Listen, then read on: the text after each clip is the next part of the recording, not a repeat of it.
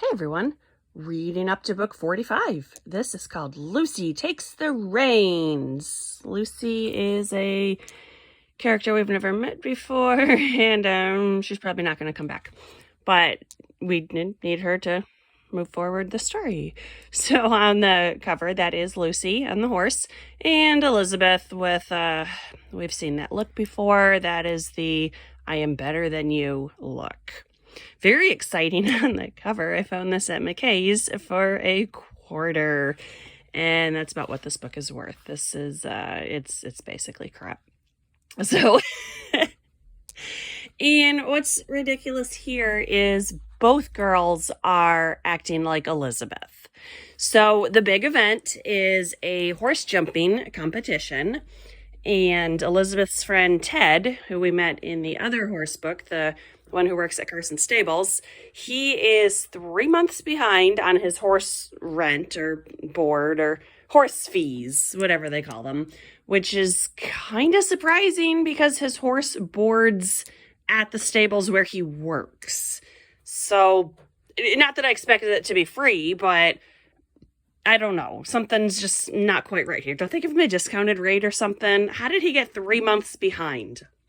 So Elizabeth, being a total busybody, comes up with 2 separate plans to help Ted.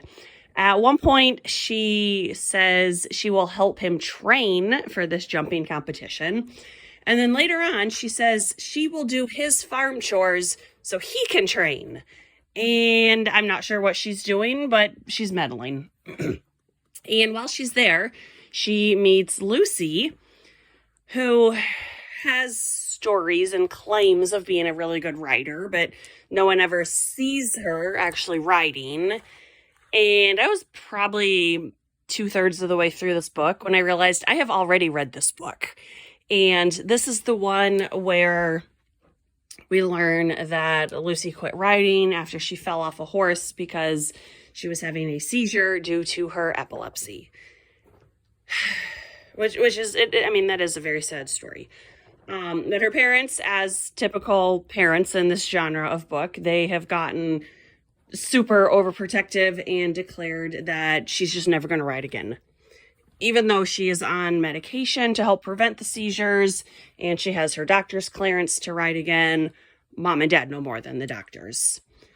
But of course, Lucy tricks them and shows up at the big jumping event and she wins. And I think Ted broke his leg, so Lucy is actually riding Ted's horse to give him the money. I read this 2 weeks ago and I'm already forgetting. So that was Elizabeth's plot line. She's just meddling and not really doing anything. And then Jessica's plot is very un-Jessica. It's a lot more Elizabeth. So one day,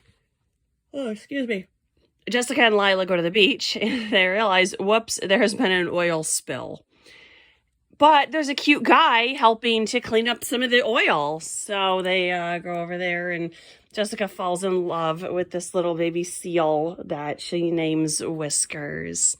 And she keeps going back to help clean up. And then she goes over to the zoo where they're rehabilitating Whiskers and she helps to feed him and take care of him. And I'm like, this is very not Jessica behavior. This is very much Elizabeth behavior. And yes, she's doing it to be close to and to spend time with this guy, but it's still not Jessica behavior. So that didn't really work for me. It was a very sweet story, but it's not a Jessica story. And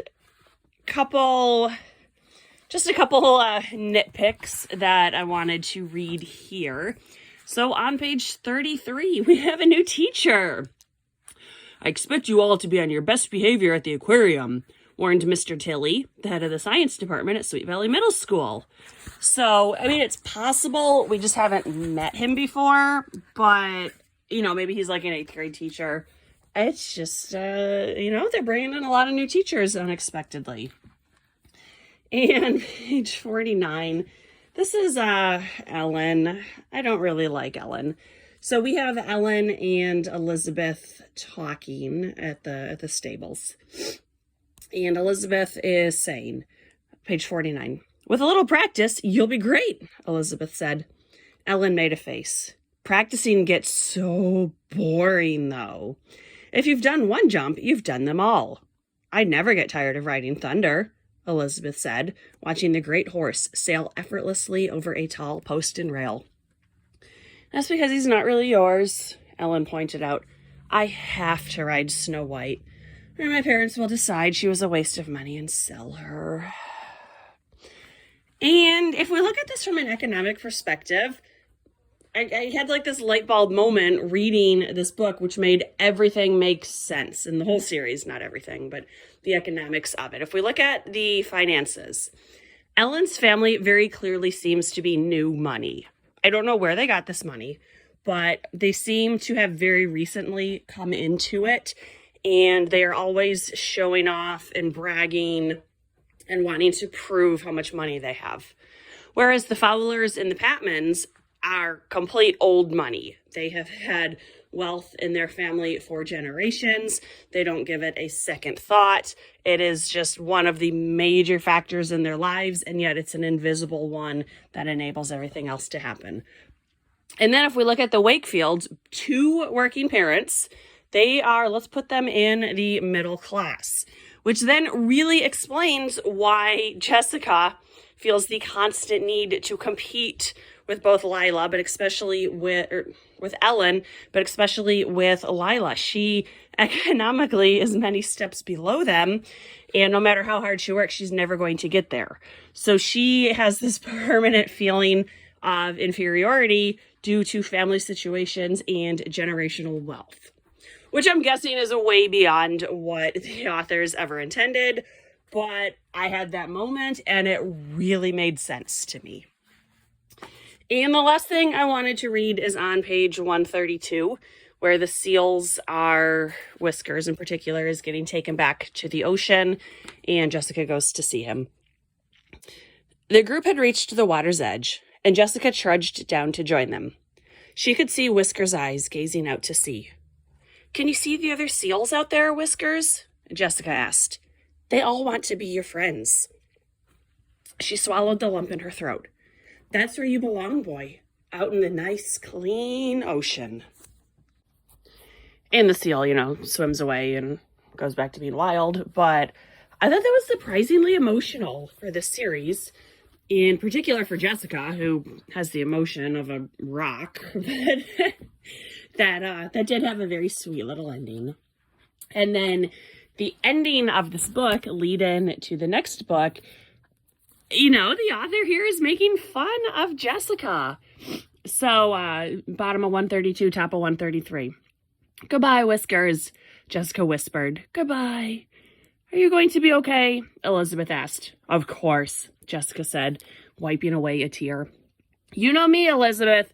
I don't even like animals." What will be Jessica's next surprising new interest? Find out in Sweet Valley Twins number 46, Mademoiselle Jessica. So I thought that was funny. Very much making fun of how quickly Jessica's attention and interests jump from one thing to the next. If I remember the next one correctly, I think she's French or something. It's not good, but at least it is Jessica-centered. So those work better than these. I mean, this one's fine if you like horse stories, but I'm guessing we're never going to hear from Lucy again. So that just kind of defeats the purpose of the book. So, if you like middle reader horse stories that are very light on drama, you might like this one. I didn't, but I'm not the target audience here. So this was 45. Lucy Takes the Reins. I will get to Mademoiselle Jessica for next week. Thanks for watching. Bye.